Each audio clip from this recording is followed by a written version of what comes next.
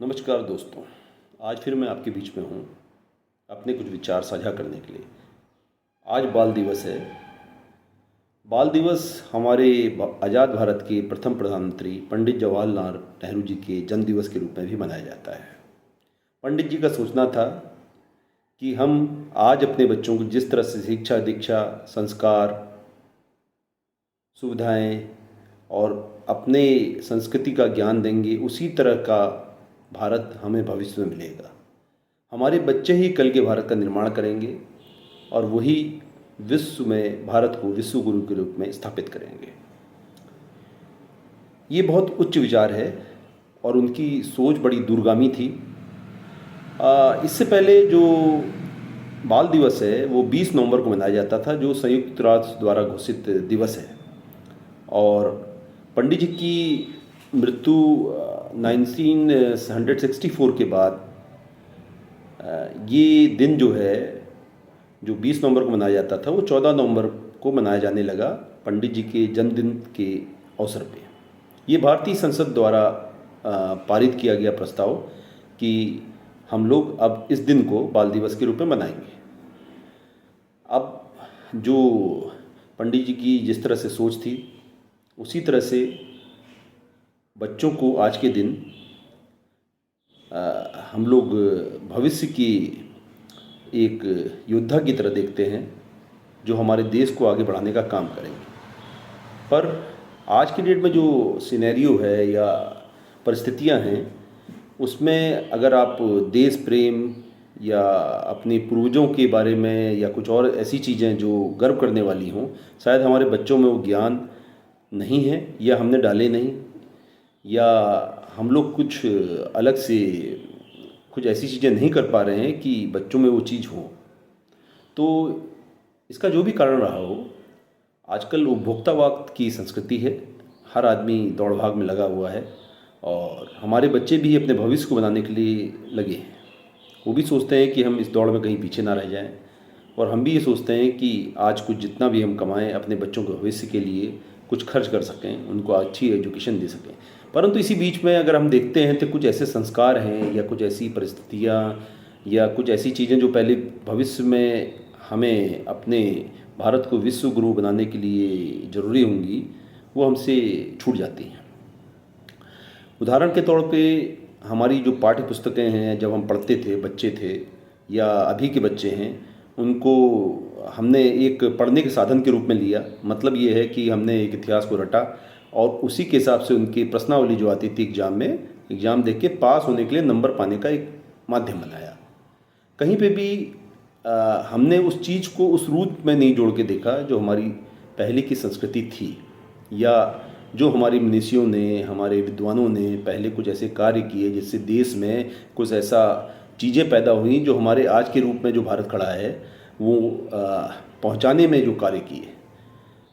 तो ये कुछ आज हमारी कमियां हैं, या कहिए कि चेतना का अभाव है जो हम लोग नहीं कर पाए। आज का दिन ये बताता है कि हमें कुछ ऐसी चीज़ें अपने जीवन में उभारनी चाहिए जो हमारे बच्चों को प्रेरित कर सकें और उनको भविष्य के रूप में किस तरह से हमें आगे बढ़ना है, किस तरह से परिवार को चलाना है, किस तरह से हमें अपने भाई बंधुओं के साथ रहना है, इसके बारे में निर्देशित या उस दिशा में ले जाने की कोशिश करें। अब शुरुआत कहाँ से होती है? आज हमारे पास जो इतिहास है, वो इतिहास हम लोग पहले कई बार लोगों से सुना करते थे। आज क्या होता है, उम्र बीतती जाती है। आज से 100 साल पहले जो था उसके बारे में अगर हमें ज्ञान लेना है तो हमें किताबों से मिलता है। कहते हैं किताबें सबसे अच्छा दोस्त होती हैं जो वक्त के साथ बदलती नहीं हैं। इसलिए हम लोग आज के दिन में ये कोशिश करें, हम लोग का मतलब बड़े लोग, बच्चों की बात नहीं कर रहे हैं, बच्चे तो सेकंड चीज़ में आते हैं। हम लोग ये कोशिश कर रहे हैं कि कुछ किताबें जो हमारी संस्कृति, हमारी सभ्यता और हमारे पुराने मनीषियों या उनकी कार्यों के ऊपर बनाई गई हैं या छपी हैं, जो आजकल आपका जैसे बुक फेयर होते हैं या कुछ छोटी छोटी प्रदर्शनियाँ होती हैं जहाँ मिलती हैं किताबें, उनको लेने का कष्ट करें, खुद पढ़ें और वो किताबें बच्चों को पढ़ने के लिए दें, ताकि उनको एहसास हो कि हम किस महान संस्कृति से आते हैं, हमारे पूर्वज क्या थे और हमें आज कहाँ पहुँचना है, हमें क्या करना है। अब सोचने वाली बात है कि ये वही देश है जिसने विश्व को जीरो दिया, परंतु आज की स्थितियां ऐसी हैं कि हम लोग एक अलग ही दौड़ में लगे हुए हैं। तो आज का दिन ये है कि हम अपने बच्चों के भविष्य के लिए कुछ ऐसी चीज़ें करें, कुछ ऐसी चीज़ें बताएं, या वो चीज़, क्योंकि आज बच्चे जो हैं वो संवाद बच्चों से दो तरफा होता है। पहले किसी समय में कि एक तरफा संवाद होता था, हम कहते थे भैया आज बच्चों से कहिए आप गुरुकुल में जाके पढ़िए, तो पॉसिबल नहीं है। गुरुकुल एक बहुत बड़ी संस्था थी जिससे बहुत बड़े राजा महाराजा और वीर पुरुष निकले जिनने देश में बहुत नाम किया। मर्यादा पुरुषोत्तम श्री राम हों या बहुत बड़े नाम हों जो गुरुकुल में रहे, शिक्षा दीक्षा ग्रहण की। वो समय हम ला नहीं सकते हैं कि हम हर जगह गुरुकुल बना दें और कहें कि नहीं भैया आप इसमें लेके चलिए, और सनातन धर्म में ये चीज़ थी तो यही होनी चाहिए। लेकिन अब ये ज़रूर है कि हम उसको दूसरे रूप में चीज़ें कर सकते हैं।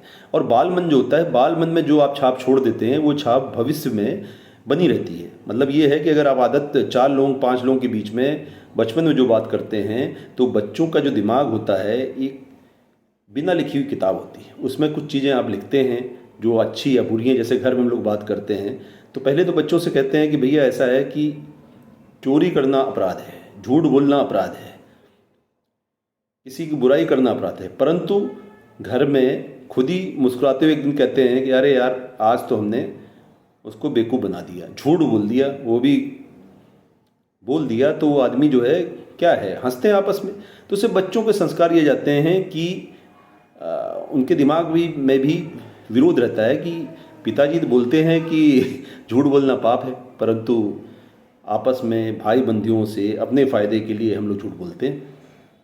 तो ये जो चीज़ें हैं ये हमारे समाज में घुल मिल गई हैं। ये पूरी चीज़ें ख़त्म नहीं हो सकती हैं, लेकिन हम कुछ चीज़ें ऐसे करें, कुछ किताबें ऐसी भेंट करें, या कुछ ऐसे संस्मरण हों जो हमारे परिवार में पहले रहे हों या आसपास की जगह पे हमने देखे हों, वो अपने बच्चों को बताएं कि ये हुआ था तो उससे ये हुआ था। और ये सब चीज़ें जो होती है आपको चरित्र निर्माण की तरफ ले जाती हैं। चरित्र निर्माण क्या है? चरित्र निर्माण ये है कि अपनी बात पे कायम रखना। आपका चरित्र ऐसा हो कि आप कहीं जाएं तो आपको व्यक्ति आपके चेहरे से पहचान ले कि भैया इसके चेहरे में अलग चमक है। आप देखिएगा किसी का चरित्रवान पुरुष का चेहरा देखिएगा तो उसके चेहरे में अलग चमक होती है। वो चमक आजकल अभाव है। उस चमक के लिए हम लोग तरह तरह की चीज़ें लगाते हैं, लेकिन वो चमक बहुत कम दिखाई देती है। तो चरित्रवान बनिए, समर्थ बनिए, देश को आगे बढ़ाएं।